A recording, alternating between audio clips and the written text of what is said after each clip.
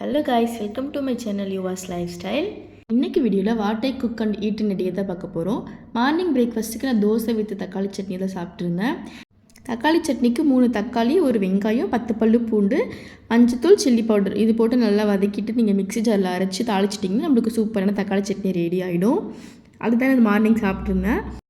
Afternoon லஞ்சுக்கு தேங்காய் பால் சாதம் தான் செஞ்சுருந்தேன். இதுக்கு தேங்காய் பால், ஊற வச்ச அரிசி, வெங்காயம், பட்டை, லவங்கம், ஜீரகம், அந்த பிரியாணி இலை, பச்சை மிளகா, காஞ்ச மிளகா இந்த இன்க்ரீடியண்ட் இருந்தால் போதும், நம்ம செஞ்சிடலாம். ப்ரெஷர் குக்கரில் தான் செய்ய போகிறோம். ஃபஸ்ட்டு ப்ரெஷர் குக்கரில் ஆயில் ஊற்றிட்டு நம்ம எடுத்து வச்சுருக்கிற இந்த மசாலாலாம் போட்டுருங்க. போட்டதுக்கப்புறமா கட் பண்ணி வச்சுருக்கிற வெங்காயம், அப்புறமா பச்சை மிளகா இல்லைன்னா காஞ்ச மிளகா உங்களுக்கு எது நீங்கள் சாப்பிடுவீங்களோ அது போட்டுக்கோங்க. அடுத்து உப்பு ஆட் பண்ணி நல்லா வதக்கிக்கோங்க. இந்த ரைஸில் நம்ம வேறு எந்த சில்லி பவுடரோ பெப்பர் பவுடரோ ஆட் பண்ண போகிறதில்ல. இந்த சில்லி மட்டும் தான் நம்மளுக்கு காரத்தை தர போகுது. அதனால் உங்களுக்கு எவ்வளோ தேவையோ அந்தளவுக்கு ஆட் பண்ணிக்கோங்க.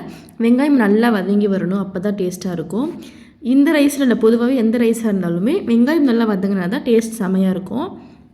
அடுத்து ஊற வச்சுருக்கிற அரிசியை போட்டு ஒரு மிக்ஸ் பண்ணிக்கோங்க. பண்ணிவிட்டு இப்போ நம்ம 1 டம்ளர் அரிசி எடுக்கிறோம்னா 1.5 டம்ளர் தேங்காய் பால் வேணும். அந்த மாதிரி நீங்கள் ஃபஸ்ட்டு ரேஷியோ எடுத்து வச்சுக்கோங்க. அவ்வளோதான். குக்கரை க்ளோஸ் பண்ணி ஒரு 2 விசில் இறக்கிச்சுன்னா நம்மளுக்கு சூப்பரான தேங்காய் பால் சாதம் ரெடி ஆகிடும். ஆக்சுவலாக இது ரொம்ப சிம்பிளாக தான் இருக்கும், ஆனால் மைல்டான டேஸ்ட்டில் சூப்பராக இருக்கும். ட்ரை பண்ணி பாருங்கள்.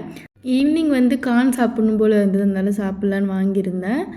கானில் வர இந்த தோலை சின்ன வயசில் காக்கா கூடுன்னு சொல்லி விளையாடினவங்களாம் யாருன்னு கமெண்ட்டில் சொல்லுங்கள். டின்னருக்கு சப்பாத்தி வித் பருப்பு உருண்டை குழம்பு தான் செஞ்சுருந்தேன். இந்த ரெசிபி நான் ஒரு ஷார்ட்ஸ் வீடியோவில் போட்டிருக்கேன், நீங்கள் செக் பண்ணி பாருங்கள். அவ்வளோதான். தேங்க்ஸ் ஃபார் வாட்சிங்.